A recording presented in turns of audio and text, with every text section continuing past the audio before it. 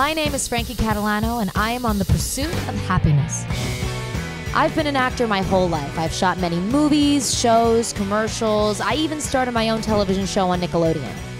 Later on, I was signed to a major recording contract, and I went on tour opening for artists like Fifth Harmony and Kesha.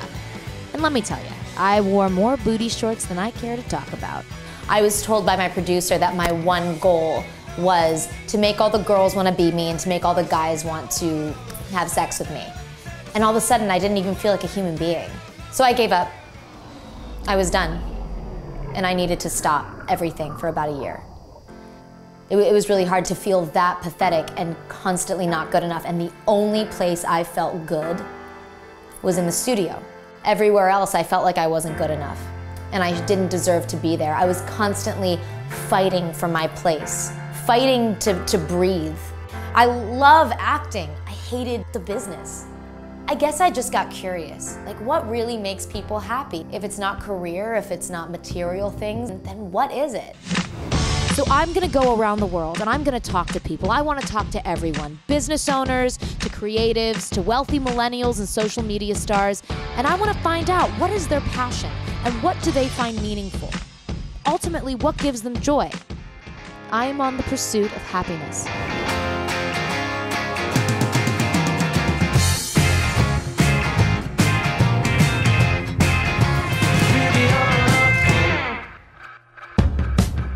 Palm Springs is a city in the Sonoran Desert of Southern California. It's known for its hot springs, spas, and golf courses. More recently, Palm Springs is the home for popular musical festivals such as Coachella, Stagecoach, and White Party. But now let's head 37 miles east to Joshua Tree. Surrounded by spiky, twisted trees straight out of a Dr. Seuss book, you might begin to question your map. Where are we anyway? Named after the cartoon-like trees that grow there, Joshua Tree is a vast protected area characterized by rugged rock formations and stark desert landscapes. It's almost impossible not to lose yourself in all of its vast beauty. So for our first interview over in Joshua Tree, we head over to talk to Christopher Sprague. He is what I would call an eccentric creative. He was born and raised in Michigan, and he moved to LA to become an actor. He wasn't happy with the lifestyle and the 9-to-5 that he had to keep to afford to live there. So he packed up and he moved to Joshua Tree to find, and I quote, some peace and quiet. Hey man, what's up? How are you? This is amazing out here. You like this shit? Oh my god. I mean, I pissed my pants a little bit because of You did? the road. But what do you mean? Where Christopher lives, there's actually like nothing really around there. I mean, it's awesome to visit. I would have to do drugs if I lived there. I would die. I mean, there's just nothing. And he lives in such a small space, and I can't imagine that there's a lot of people coming through. So being mindful is really important. This has taught me out here, being out here has taught me to be more mindful of everything I do. He was really awesome. He was so excited to have us there. But yeah, I could never live there. But as far as like having people over and stuff like that, you know, people become more reclusive out here. Yeah. They're artists, and we're all out here kind of for peace and quiet. So he wanted to change up his environment. You know, LA is really tough. I mean, I know that. But he left LA. It was just too hard. I just think it's so interesting that they say like Los Angeles is the place to be if you want to be an actor, you want to create, you want to be a musician. It's LA, Yeah, well, I kind of thought that too. Yeah. You know, Facebook was that medium where my interaction was somebody was like, man, I can't believe you put up this thing, you're a total asshole, and blah, blah, blah, blah, blah. And I'm just like fueled and fired by the whole thing all day. I've seen a grown man be just torn to bits by a comment that a random nobody who he's never met, just something they write. I had to get off that medium of interaction because it wasn't pure, and I realized that it really didn't matter. While happiness came to him in the solitude of Joshua Tree, he also needed to cut the connection from social media. The negative comments from people he didn't even know were also affecting his state of well-being. Social media controls our lives. So Christopher found happiness by changing up his environment. He moved out of LA and he moved to Joshua Tree, where he surrounded himself with positive interactions, and he's ultimately happier. While in Joshua Tree, we had to take a quick stop at Pioneer Town. This little taste of the West feels untouched by time. And did I mention it's a great spot for a selfie? So we took a stop at Pappy and Harriet's. I needed a cocktail bad.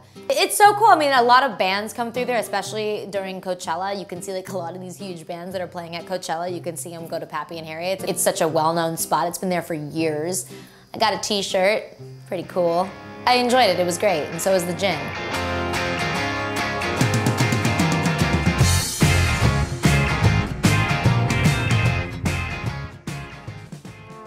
Kim Dooley is a celebrity and entertainment stylist. She's also a certified silversmith and owner of Rose Metal Works.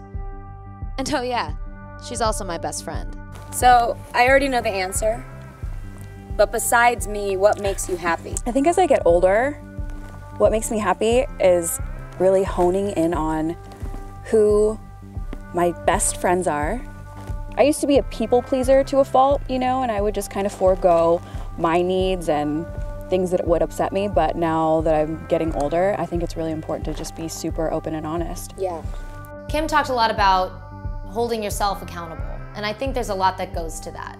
If you surround yourself with negative people, your life's gonna be negative. If you surround yourself with positive people, I feel like you're much more open and free and much more vulnerable. You're very vulnerable. You're very open. That's something that I love so much about you. I think being vulnerable is so important. We all are so afraid for others to break down the exterior. Definitely getting better at being active and more selective with relationships and things like that. I mean, I've been single for a long time. I think it's really important to just genuinely want the best for each other, and you and I do that really, really well. Yeah. And that also helps us hold each other accountable. So according to Psychology Today, 50% of your happiness is based on your genetic set point. That means, you know, your heredity, your genes from your family, whether you have a mental illness or not, that comes into play. Just everything that's predetermined earlier on in your life of development. Then 40% is based on intentional activity, meaning your thoughts and actions, positive thinkers, all that stuff. Shockingly, only 10% of happiness is based on outside circumstances, meaning what car you drive, where you live, all that stuff, money, all of it, 10%. Christopher found happiness in changing up his environment, which changed his mindset and actions. Kim found a better tribe. She filled her space with positive human interactions and therefore became more vulnerable. Think about it. What makes you happy?